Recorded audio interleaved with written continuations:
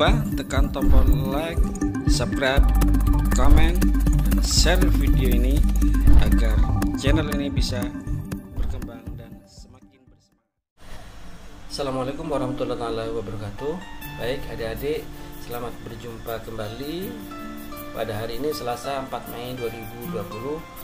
Pembahasan soal kelas 4 dan kelas 6. Nah, tentunya adik-adik tadi pagi sudah menonton atau melihat materi tentang X-Sign dan sudah diberikan soalnya. Sekarang mari soal yang ada pada tadi pagi kita ulas, kita bahas bersama-sama. Nomor 1, jelaskan 3 contoh aktivitas kalian yang menggunakan sifat gaya ketika membantu ibu di rumah. Nah, untuk menjawab ini kita ingat kembali bahwa pengertian gaya itu adalah dorongan atau tarikan yang menyebabkan benda dia menjadi berpindah tempat atau bergerak. Nah, contoh kegiatan yang di rumah apa saja? Nah, tentunya beda-beda. Nah, salah satunya seperti ini. Nah, mendorong meja. Nah, mendorong ini meja ini salah satu gaya. Nah, sehingga meja awalnya dia menjadi bergerak atau berpindah tempat. Nah, adik tentunya pernah melakukan hal ini kan di rumah. Contoh yang kedua, menyapu halaman. Nah, ini menggerakkan sapu, menarik sapu, memindahkan sampah, termasuk menyiram rumah, ini juga melakukan gaya.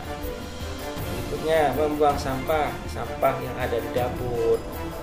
Nah, itu dipindahkan ke tempat sampah. Ini juga memindahkan benda. Ini salah satu contoh melakukan gaya. Soal yang nomor 2.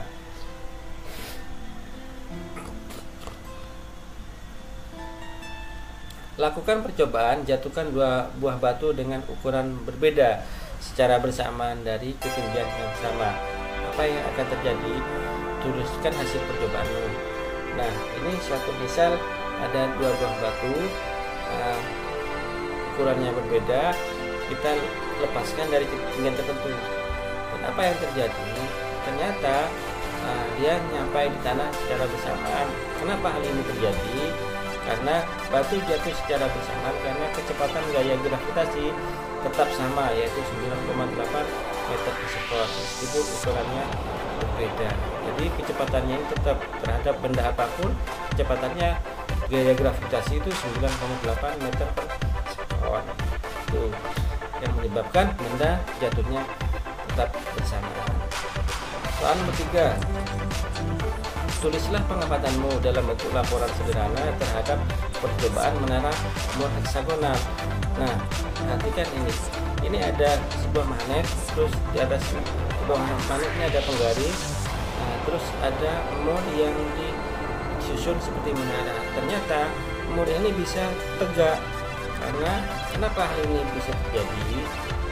Nah, pertama, saat mur ditaruh di bawah magnet, mur dipengaruhi medan magnet sehingga mur dapat berdiri tegak. Jadi karena ada magnet ini, mur ini dapat berdiri tegak. Nah, saat magnet dilepas, mur jatuh karena medan magnet hilang dan mur dipengaruhi gaya gravitasi. Ketika magnetnya ini dilepas atau ditarik, nah penggarisnya ini ditarik ke atas, ternyata mur ini jatuh ke bawah. Karena kenapa? Karena ditarik atau dipengaruhi oleh gaya gravitasi bumi. Jadi pada percobaan menara mur heksagonal, gaya yang berkembang adalah gaya magnet dan gaya gravitasi bumi. Itu untuk soal yang nomor 3. Bisa dipahami adik-adik ya? Oke. Sekarang ke nomor 4. Mengapa kita dapat mendengar gaung dan gema? Jelaskan perbedaan keduanya melalui ilustrasi berupa perbedaan dimensi ruangnya. Nah, perhatikan. Kalau gema ini biasanya adalah suara yang terdengar jelas, ya. Kalau gaung itu adalah suara yang terdengar tidak jelas. Kenapa bisa terjadi? Nah, perhatikan. Kalau gema itu biasanya mantulnya ketika karena jarak pantulnya jauh, seperti di gunung, di tebing, sehingga suara yang datang itu setelah selesai diucapkan oleh bunyi aslinya. Beda dengan gaung. Kalau gaung ini memantulnya cepat sekali karena jaraknya dekat, sehingga yang terdengar pun juga ini kadang masih ada sisa suara asli sehingga tidak jelas. Jadi kalau gema itu bunyi terdengar sesudah bunyi asli, kalau gaung itu hampir bersamaan dengan bunyi asli, sehingga gema lebih jelas karena jaraknya jauh baru selesai baru memantul. Kalau ini karena jaraknya dekat langsung ini suaranya kurang jelas karena masih ada suara asli. Jarak pantul jauh kalau gema. Kalau gaung jarak pantulnya dekat, biasanya di dalam ruangan atau di tembok tuh. Terus suaranya terdengar utuh kalau gema. Kalau gaung terdengar sebagian sehingga kurang jelas. Nah itu perbedaan gema dan gaung. Bagaimana adik-adik, bisa dipahami? Oke, semangat belajar terus ya.